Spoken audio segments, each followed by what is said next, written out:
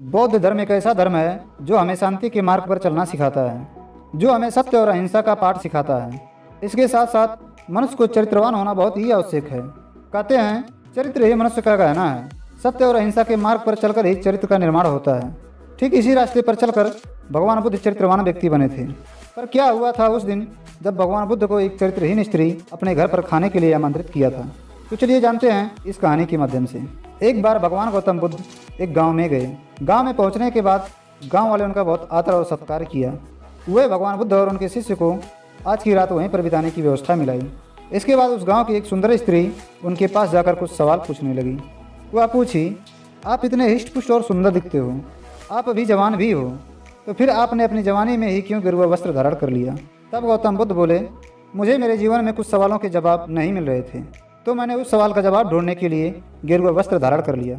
तब स्त्री ने कहा, कौन से सवाल के जवाब आपको नहीं मिल रहे थे, जिसे ढूंढने के लिए आपने इतना बड़ा त्याग कर दिया? तब भगवान बुद्ध ने बताया, मैं शांति की खोज में निकला था। संसार में बहुत सारे दुख हैं। मनुष्य जन्म लेता है, वह दुनिया की मोह और लालच में फंसकर काम, क्रोध और घृणा जैसे लक्षण पाल लेता है और अपना सारा जीवन दुख में बिताता है। इसी तरह से वह जवान हो जाता है, सुंदर और आकर्षक दिखता है। इसके बाद वह सुंदर और आकर्षक शरीर वृद्ध होकर मर जाता है। तो जब मनुष्य का मृत्यु निश्चित ही है, तो फिर मनुष्य क्यों दुखों में जिए? वह शांति से भी तो जी सकता है। इसी सवाल का जवाब पाने के लिए मैं भिक्षु बना था। इतना सुनने के बाद वह स्त्री भगवान बुद्ध के चरणों में गिर जाती है और उनका आशीर्वाद लेती है।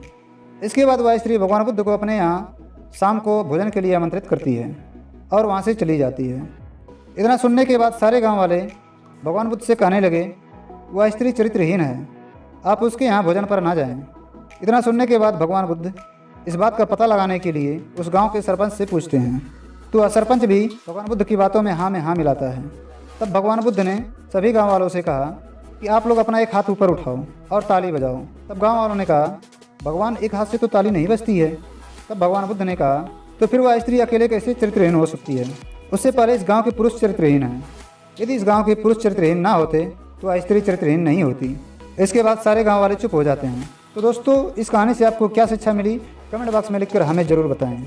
मिलते हैं अगली वीडियो में, तब तक के लिए नमस्कार।